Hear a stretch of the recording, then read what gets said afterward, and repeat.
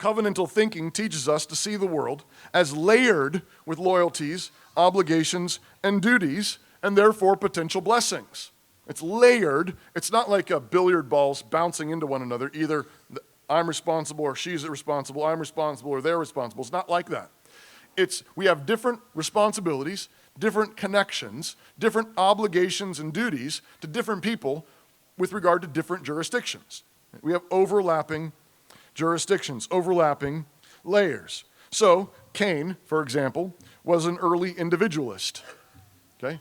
This is an example of individualism. Cain says, where's your brother? And God asks, and he says, am I my brother's keeper? How should I know?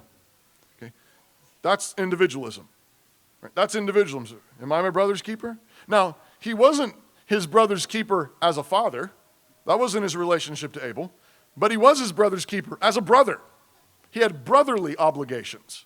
Right? So this goes multiple different layers. You are a citizen, so you have particular civic obligations and loyalties. You are a family member, you are a father, then you have fatherly obligations. You're a husband, you have husbandly obligations. You're a son, you have son obligations. You're a brother, you have brother obligations. You're a sister, you have sister obligations. You're a daughter, you have, and so on.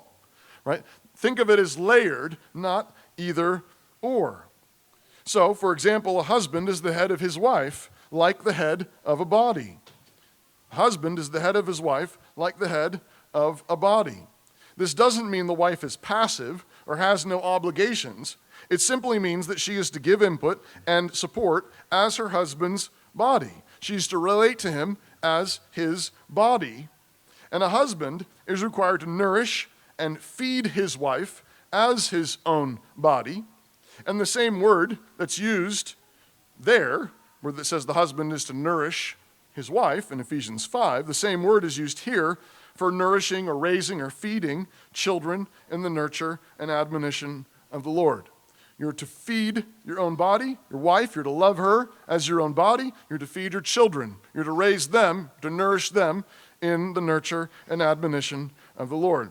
The thing is, again, we've marinated in so much individualism and feminism that even in relatively conservative Christian churches and relatively conservative communities, when the pastor starts saying, okay, so this means the husband is the head of the wife and she must obey him.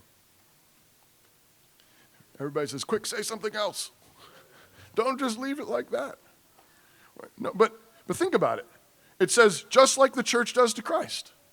So when the pastor says the church must obey Jesus in everything, do you have the same feeling? Everybody's like, yes, very good. Jesus and the church, yep, obey, obey. Yeah, so the wife must obey her husband in all things. But he's not Jesus. Right, exactly. Paul knows that. God knows that. What's his task? His task is to love you like Jesus. That's crazy. Are you insane? Yeah, you're to love her like Jesus, lay your life down like Jesus, and she's to obey you in everything, and you're to get her all the way to heaven. That's crazy. But that's what it says. Right? That's what it says. You're to love her like Christ loved the church. You're to lay your life down for her like Christ laid his life down for the church. You're to make sure she is presented spotless and without blemish. You're responsible for it all, and she's required by God to follow you and submit to you and to obey you in everything. That's what it says. That's what it says. Right? It's like, never mind, I don't want that job. See, that's intense. That's intense. You're to see your body as your body. You're to see your wife as your body. You're to lead her and love her as your body. And that means, though, that you can't say, "Oh, that's her. That's on her. I don't know about that." Well, you can't do that any more than you can say that about some part of your body. I don't know whose foot that is. I don't know. It's connected to you. That's your foot. No responsibility for that foot. It's following you around. I don't know where it came from. Yeah, well, God gave it to you. God gave it to you. God made you one. God made you one covenantal body. There's no optionality about this. You are one. He's made you one. This is your body. You don't get, you say, well, no, I'm just a head. No, there are no headless people. Really. There are no headless bodies, and there are no bodiless heads. Right? And again, think of this in terms of you have different relations to different people. In certain respects, you're a body. You're a congregation, you're a body. You're a body to the head, Christ. You're a body in terms of leadership.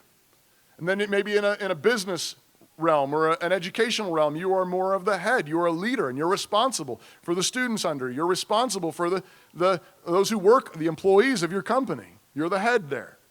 Right? There's different overlapping jurisdictions and responsibilities. So, practically, this is the thing to note here is this is not optional. It's not optional. The only question is, how are you doing? This is not optional. You are the head. You say, well, I never heard anything like this. Yeah, welcome to planet Earth. And you're the head.